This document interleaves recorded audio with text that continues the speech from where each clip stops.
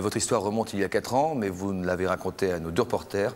Reportage donc à Strasbourg de Ève Langlard et de Miguel Gonan pour démarrer cette émission.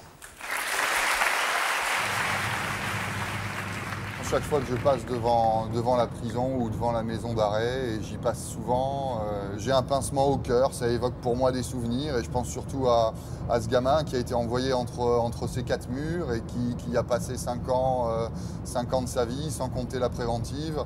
Et il y a de l'émotion, et on ne peut pas dire que ça s'estompe avec le temps. J'y pense à chaque fois, je mentirais en disant que j'y pense pas.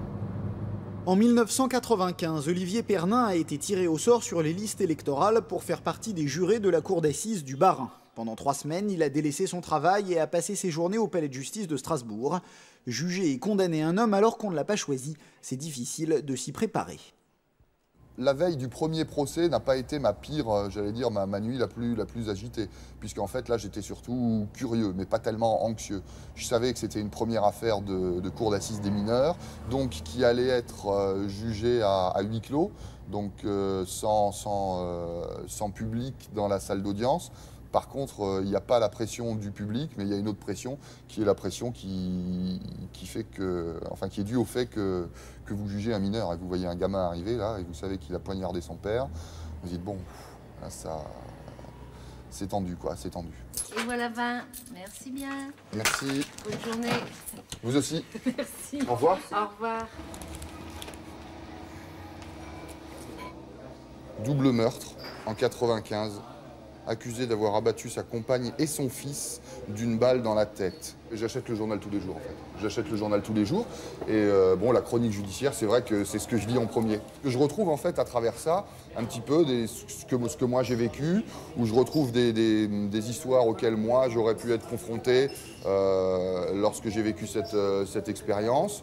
Donc j'essaye de me dire, tiens, qu'est-ce que moi je pourrais faire avec le peu d'informations qu'on peut avoir à travers la presse, puisque c'est quand même résumé, mais c'est bien résumé. Et voilà, je suis ça avec grand intérêt. Olivier est cadre commercial chez EDF. Christian Keller, un de ses collègues de travail, a lui aussi été juré il y a quelques mois. Ils peuvent donc échanger leurs impressions. Salut Olive. Ça va, Christian? Ça va bien, ouais. La pêche? Ouais. Super. Comment ça s'est passé la formation pour toi? Tu as une formation aussi, demi-journée au palais de justice avec le président, etc. C'était très basique, hein, entre guillemets. Voilà. Je m'attendais à plus. C'est ce que je disais aussi. Par rapport aux termes techniques, hein, qu'est-ce que c'est une préméditation, qu'est-ce que c'est du sursis, tout simplement, par rapport aux différentes peines que tu vas donner toi. Hein. Toi, tu es monsieur tout le monde, et puis c'est pas facile. Et j'ai commencé par une affaire de mineur, pas évidente à gérer, un viol. J'étais pas trop convaincu. Et par rapport aux experts psychiatriques et tout ça, moi j'avais du mal à capter. Hein. Disons, c'est technique. Le gars, est-ce qu'il est cinglé? Est-ce qu'il n'est pas cinglé? Est-ce qu'il était vraiment responsable de ses actes ou est-ce qu'il n'était pas responsable de ses actes? Alors, tu as un expert psychiatrique qui te parle pendant 3/4 d'heure et toi, tu es là, tu fais bon, ok. Alors, et ça, c'est de la schizophrénie, qu'est-ce que c'est?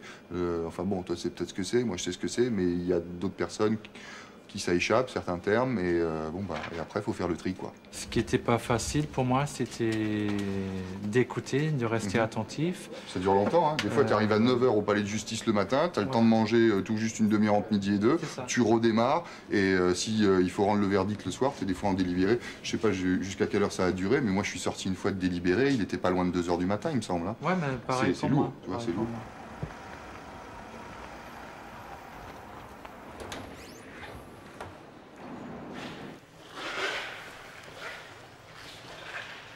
On se souvient très bien, lorsqu'on siège en face, on voit tout ce qui se passe dans la salle et il se passe quand même un certain nombre de choses qui est d'ailleurs pas toujours facile à suivre. L'entrée des témoins, les forces de l'ordre en armes dans certains cas devant chaque porte. Surtout le regard, toujours un coup d'œil au niveau des accusés pour voir un petit peu leur réaction, si toutefois ils en ont. Il y en a qui sont complètement frustrés, refermés sur eux-mêmes. Il y en a d'autres qui ont certaines réactions au moment des témoignages. Je veux dire, quand par exemple on voyait ce fils qui était au banc des accusés, je m'en souviendrai toute ma vie, sa mère en larmes qui vient témoigner. C'est le fils qui... C'était chaud. C'était chaud. Et là, ça me revient en mémoire de manière plus précise, en tous les cas.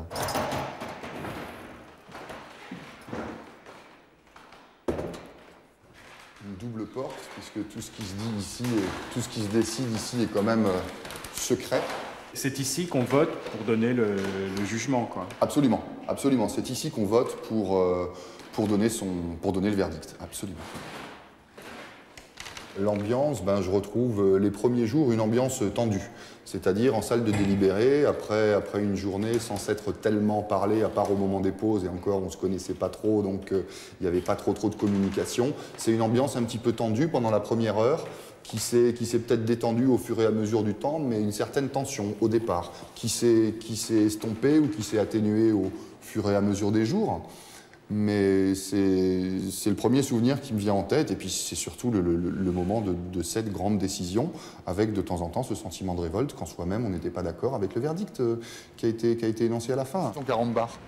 Pendant tout le procès, un juré est théoriquement tenu de garder le silence. Pourtant, le soir, il parlait à sa femme Sandra de ce qu'il se passait à l'audience.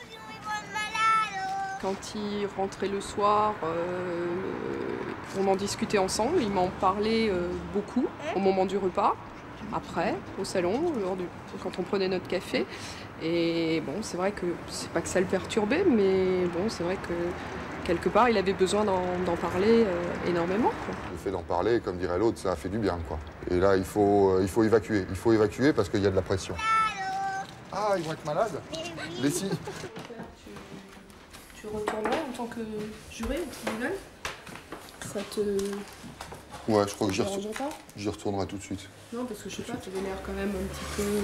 C'est vrai que du jour au lendemain, on vous demande en tous les cas, de participer à une décision qui va faire en sorte que l'individu qui se trouve en face de vous, l'accusé, va ou rester encore 2 ans en prison, ou va rester 15 ans, ou en tous les cas, vous allez jouer sa vie. Et effectivement, c'est vrai que c'est vous qui décidez avec le groupe, mais il se peut très bien que ce soit une voix, 2 voix, qui fassent pencher la balance d'un côté ou de l'autre, et il se peut très bien qu'effectivement ce soit la vôtre. Ça, personne ne le sait officiellement, mais en salle de délibéré, on le sait très bien. Et ça, c'est vrai que c'est fort. Vous pensez que c'était une bonne expérience pour lui? Oui, je pense. Je pense que ça a été une bonne expérience. Enfin, je sais pas, comment tu... Ah bah je pense que ça a été une bonne expérience. Bon, t'avais pas tellement le choix, mais je veux le dire, fait que ça a été une bonne expérience, en tous les cas intéressante et enrichissante, ça c'est clair depuis le début. Maintenant, effectivement, le fait, c'est presque, j'allais dire, une bonne école de la vie, en tous les cas une étape, et je me demande si tout le monde ne devrait pas y passer, entre guillemets, parce qu'effectivement, la tolérance, savoir peser le pour et le contre, savoir aussi être sous influence, plus ou moins se laisser influencer par X ou Y, ça aussi, on l'apprend, en tous les cas on l'analyse quand on s'investit dans ce rôle de juré. Moi je garde pas de mauvais souvenirs, et je crois toi non plus, on en a parlé, mais il n'y a pas de mauvais souvenirs par rapport à... C'était une expérience, et moi je garde que du positif de ce mois qui a été bon, un peu, pas tumultueux, mais enfin bon, moi j'y retourne demain.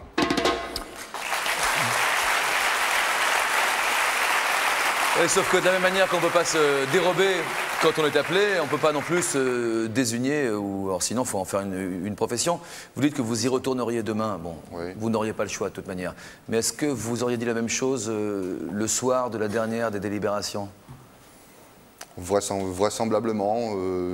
Disons que ce que je reproche un petit peu au principe du jury populaire et au principe de fonctionnement de la cour d'assises, c'est qu'on juge à chaud, on n'a pas de temps de réflexion.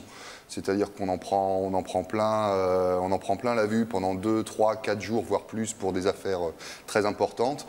Et vous êtes sous pression et on vous demande de prendre votre décision dans la foulée. Il y a ce parricide notamment que vous avez évoqué. Il a été condamné, je veux dire, il a été... Oui, il a été condamné. Oui, il a été condamné. Vous avez jugé coupable? Vous l'avez désigné coupable ou non coupable? Ben ça, je ne pourrais pas vous le dire. Vous n'avez pas le droit de me le dire? Non, je ne pense pas. D'accord. Je ne sais pas, je me retourne vers la magistrature, enfin vers les spécialistes, mais je n'ai pas le droit. D'accord. À chacun de ces procès, 5 au total, vous avez donc dû vous exprimer. À chaque fois, une majorité extrêmement nette s'est dégagée? Ah non, pas toujours. Non, pas toujours. C'est pour ça que je disais dans le reportage, je veux dire, la décision, la balance peut pencher d'un côté pour une voix ou deux, hein. en fait. Et effectivement, le vote se fait à bulletin secret, puisqu'on met un bulletin dans une urne, mais enfin, on a quand même débattu précédemment, et on a quand même, on sait un petit peu ce que pense votre voisin. Hein. Sans me dire si dans ce cas, vous avez voté pour la culpabilité ou pour l'innocence, dans les 5 cas, vous avez voté la culpabilité ou l'innocence, ou vous avez été partagé? Ça, vous ne devez pas me répondre parce qu'on ne pourra pas identifier le cas. Oui, non, on va dire que j'étais partagé, mais dans la plupart, dans cette session précisément, je veux dire, il n'y avait pas photo. Et le fait d'être coupable était effectivement évident, pratiquement, dans la plupart des procès. Maintenant, par rapport à la peine, bon, bah, là, effectivement, C'était difficile et des fois ça s'est joué à très peu de choses. J'ai été juré dans un procès, bon maintenant j'en souris, mais il y avait quand même une tension énorme où il y avait quand même 4 accusés. Donc il fallait juger les 4. La responsabilité de chacun dans les actes qui avaient été commis. À des degrés différents. Donc là c'était, je veux dire, ça a pris du temps.